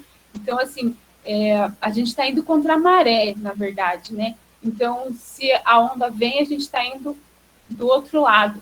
Então, é realmente a gente saber nadar nesse mar, nesse mar, e eu acho que ele faz isso na atualidade muito bem, não só ele, como tem toda uma galera que faz isso muito bem, mas eu acabei de citar ele justamente porque ele é um pensador, né, que eu escuto bastante. Então, seria mais ou menos isso. E aí ele fala assim, ó, Cristo não veio apenas para... O autor do livro que a gente está lendo. Cristo não veio apenas para nos tornar cristãos ou salvar nossa alma.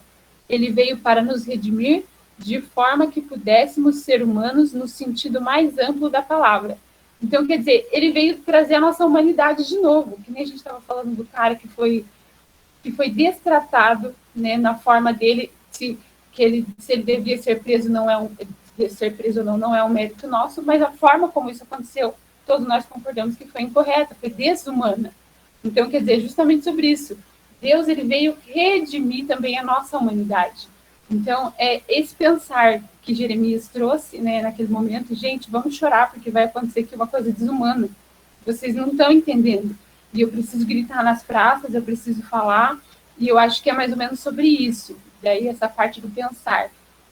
E aí ele continua, ele pensa e trabalha em que essa ação de Jeremias, para mim, né, eu vejo ali indo, Deus dando a ordem para ele, vá à casa do oleiro, ou Jeremias sendo preso, né, diante de tantas situações e tal. Então, é isso aí.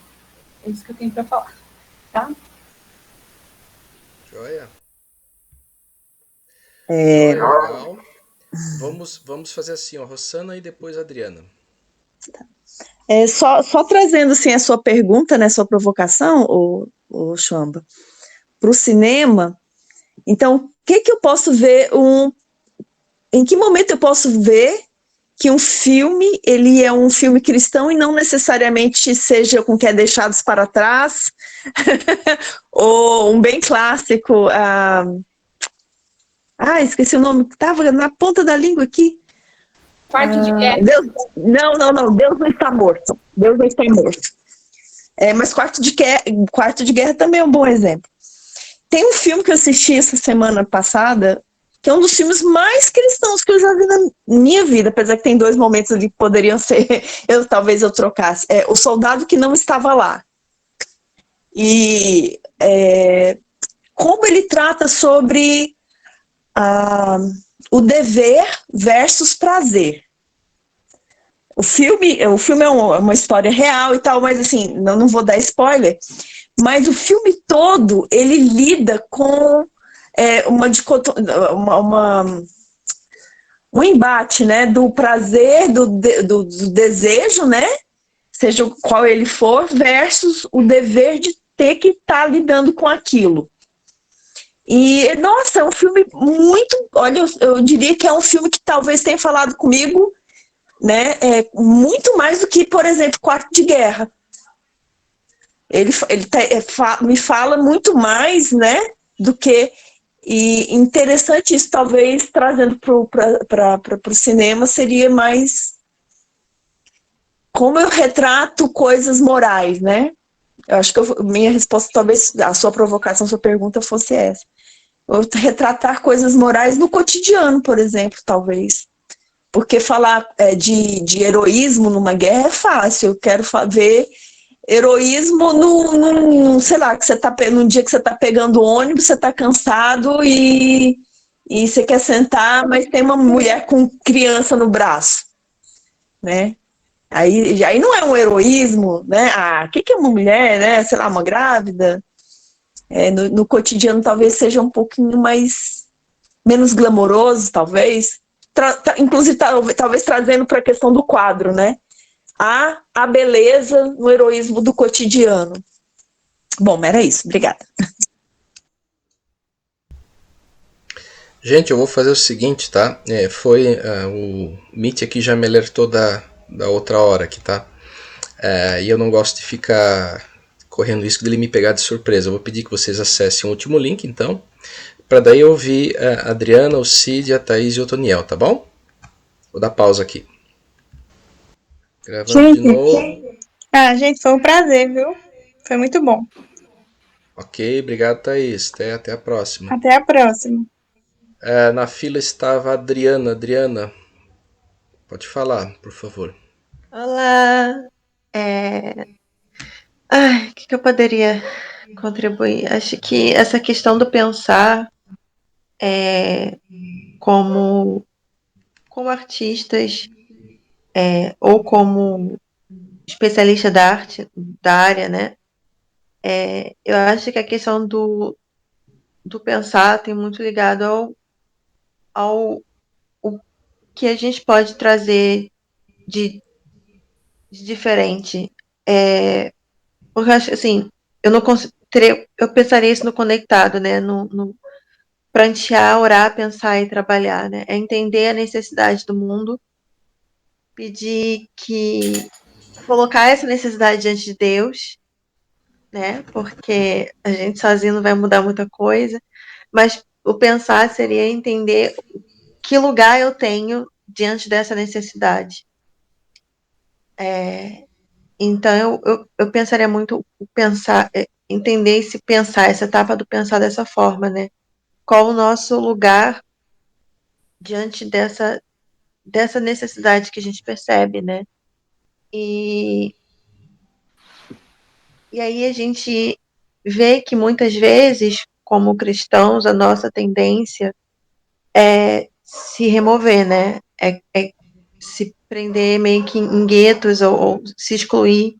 E a gente acaba repetindo aquilo que o Huckmacher disse, né? Que parte da igreja fez, né? No século XVIII, né? eu vou me focar na minha vida com Deus, na minha devocional, e, né, e vou fazer alguma coisa na igreja, vou ajudar na igreja, em algum departamento, e a gente não pensa, a gente não considera o nosso lugar diante da realidade do mundo. A gente acaba criando uma dicotomia mesmo, sabe? Entre o que é de Deus, o que é do mundo, e às vezes isso se espelha muito na nossa arte, né? Se um artista que é cristão grava uma única música, onde ele não fala abertamente sobre Deus, ou uma música não, né? Ele automaticamente, tá se perdendo, tá se vendendo, né? Porque, sei lá, ele gravou uma música onde ele fala sobre, sei lá, a beleza de uma flor, né? Não, tá se vendendo, se perdeu, se desviou e tudo mais, né? Principalmente se essa música toca na rádio normal, né? Tipo, ele fez uma música, sei lá, sobre como as flores são bonitas, e aí tocou na rádio, sei lá, na JB. E aí agora, nossa, ele tá desviado, né? Se vendeu. E ao mesmo tempo a gente tem pessoas que teoricamente são cristãs, que se dizem cristãs, que fazem músicas que falam de Deus, mas são músicas ruins, tecnicamente falando, e teologicamente empobrecidas, ou às vezes até heréticas, mas está falando de Deus, então a gente automaticamente coloca aquilo como arte cristã. Uhum. E aí a gente acaba se prendendo em rótulos superficiais, né? E é interessante quando a gente pensa assim, por que que a gente se prende a esses rótulos superficiais? Porque justamente a gente não está fazendo esse trabalho de pensar, né? Eu acho interessante quando o Huckmark fala sobre isso. Ele fala assim, então vamos produzir arte bíblica, sabe? Vamos pintar a Bíblia, vamos... Não, ele fala assim, cara, pensa, né? Ele fala assim, olha a necessidade do mundo, sabe? E aí, acho que como artista a gente pode olhar para a necessidade, para o mundo da arte, né? Como o mundo da arte age, e não só nas obras, mas também nos comportamentos, né? Nas relações, né? E principalmente minha pesquisa é em sociologia da arte, então eu penso também nos contextos em que a arte está sendo produzida. Como é que a gente pode se colocar e responder essas necessidades, né? Do outro e quebrar esses rótulos superficiais, né? Em vez de pensar, então eu vou produzir arte cristã. Você pode pintar a natureza morta, sabe? E fazer uma obra bela, sabe? Não precisa ser um quadro, né? Não precisa ser pintar uma cena bíblica, né? Até porque durante toda a história da arte você tem vários artistas que pintam cenas bíblicas e não necessariamente eram pessoas piedosas, né? Eram pessoas que realmente buscavam, né, glorificar a Deus, simplesmente pintavam porque a igreja encomendou a obra. Então, tipo, vou pintar uma cena da Bíblia.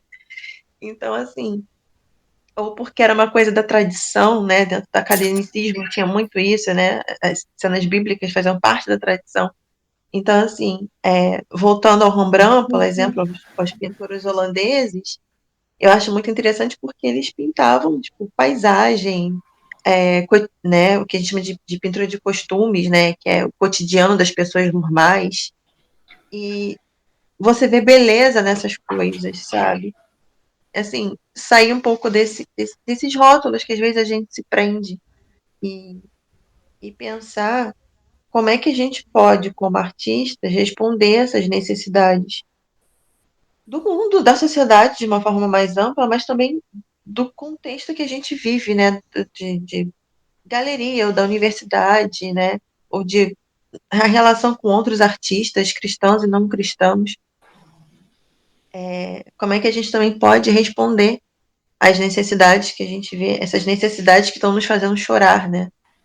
Acho que eu entendo, pelo menos assim, eu entendo um pouco do, do que ele coloca dessa forma, assim, essa parte do pensar.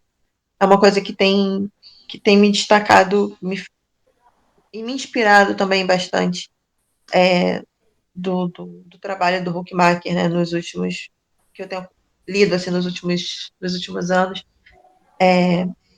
essa questão de como a gente pode se soltar desses rótulos superficiais e realmente refletir, fazer que nem aquele filósofo meditando, né? Para realmente refletir sobre o que a gente faz e como a gente também está fazendo, né? Essa arte. É isso. Ótimo. Se a gente lembrar um pouquinho justamente esse período que o Huckmacher tenta colocar como o início de uma crise, né? Ele vai colocar na origem ali essa coisa muito cartesiana, o início de um racionalismo, o início da visão antropocêntrica como origem dessa crise. Bom, e o que estava acontecendo ali era uma dicotomia. E dentro dessa dicotomia, obviamente, algumas coisas ficaram dentro do ambiente sagrado, outras coisas passaram a ser consideradas profanas. E reforçando, sublinhando o que a Adriana colocou, eu penso que sim, que tem muito a ver justamente com a gente fazer essa reflexão a cada obra. Acho que não se trata de simplesmente numa postura legalista, não vou ver isso, ou eu não necessariamente, ou eu não vou cantar isso. Há casos que talvez sim, né? Acho que foi a Silvia que colocou que se recusou em algum momento a cantar alguma coisa porque não se sentia bem e tal. Mas também não foi lá também não sei, né? Mas eu imagino que a Silvia não foi lá chamando todo mundo de querendo jogar o Guabenta, expulsar o demônio de cada um. Não se trata disso, né? Mas se trata de exercer, sim, esse senso crítico em manifestações muito sutis, às vezes, de a gente justamente fazer sempre essa reflexão entre o que é sacro e o que é profano. Essa eu acho que é a grande questão que nos envolve como cristãos, que vai estar presente na obra do Huckmacher, do Franz Schaeffer, que vai estar presente em diversos outros esses caras que eu tenho lido aqui da área da música, todos eles vão trabalhar justamente isso, né? O que pertence dentro da arte ao sacro, o que pertence ao profano, o que se remete à cosmovisão cristã, o que eu preciso rejeitar, o que eu preciso denunciar, talvez. Esse o nosso grande exercício. Eu vejo, por exemplo, esses tempos atrás eu vi toda a série do Hannibal, né? Hannibal, que é aquele psicopata que o Anthony Hopkins representou e tal. Tem uma cena terrível, né? Que não sei se vocês chegaram a ver, mas enfim, o próprio fato de você estar vendo ali uma obra cinematográfica de peso, considerada o Silêncio dos Inocentes uma grande obra do cinema, e a Rossana depois pode fazer o comentário.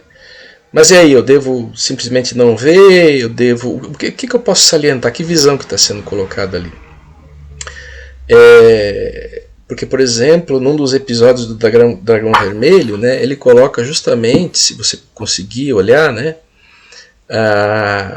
o quanto as relações mãe e filho, ou avó e filho, alguma coisa assim, desenham o caráter de uma pessoa a ponto dela se tornar, por exemplo, violenta. Esse é o fato que está por trás do vilão, né? Muitas vezes são justamente esses filmes que nos levam a refletir, mas de que forma eu estou agindo na vida das pessoas, e como eu entendo o outro que é violento, o que causa isso, de onde vem. Esses filmes podem nos mostrar isso também.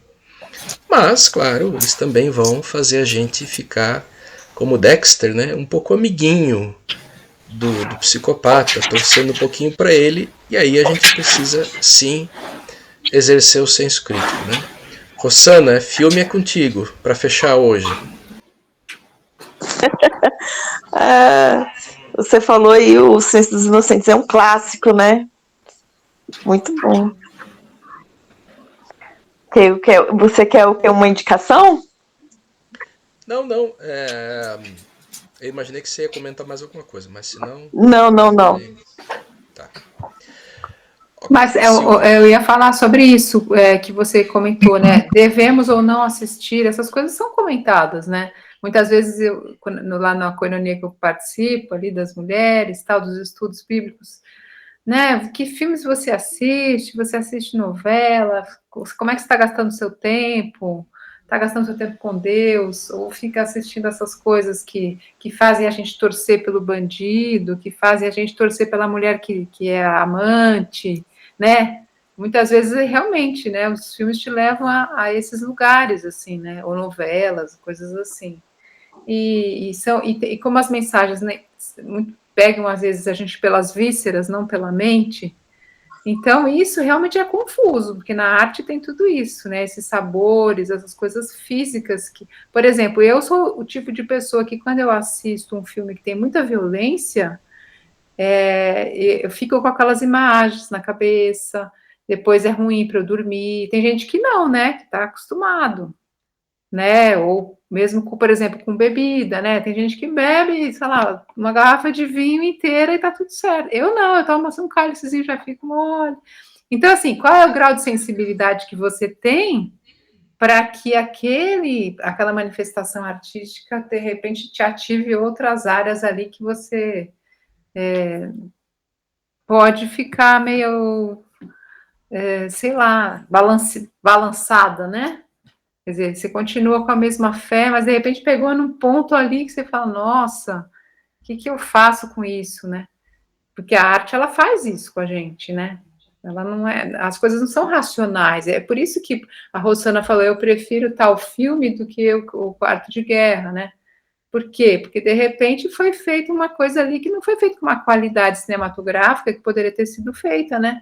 O roteiro, os atores, tudo isso, né, que a gente considera como arte, assim, a excelência. Então, acho que a excelência é um papel que a gente tem que ir atrás, né, como artistas, assim, a gente tem que buscar uma excelência, que é uma coisa, assim, sabe, uma coisa impactante, uma coisa que traz surpresa, que faz você olhar para um lugar que você não via, né, em direção, claro, a gente está querendo glorificar o Senhor quando faz isso, né, acho que esse tem que ser o nosso propósito, mas não é aquela coisa literal, como muitas vezes se coloca, né,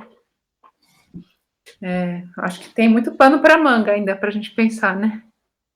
Não, e com certeza também você tocou um ponto, acho que a gente pode encerrar por aí, no seguinte sentido, né, cada um pense de que forma essas manifestações o atingem, né, realmente eu acho que isso é sabedoria, isso é realmente pensar num sentido não só de conhecimento, mas de sabedoria, né. Com certeza, tem coisas assim, por exemplo, eu na minha adolescência via muito filme de terror mesmo. Hoje eu não tenho mais paciência, assim, muito pouco. Quando são histórias que tipo Frankenstein, alguma coisa que eu sei que pode ter alguma reflexão, tal, mas só mesmo aquelas coisas muito diabólicas e tal, nem sempre isso me satisfaz jamais, sabe? Eu não tenho mais. Esses dias até vi que eu estava vendo esses filmes de psicopata, eu vi aquele oh meu Deus, esqueci o nome, mas é uma história baseada em fatos reais, né? De um Zodíaco, lembrei. Que na verdade é baseado em fatos de um bandido mesmo que viveu nos Estados Unidos e que até há pouco tempo não se havia. Quer dizer, o principal suspeito morreu e o crime não foi resolvido. Mas realmente a hora que ele.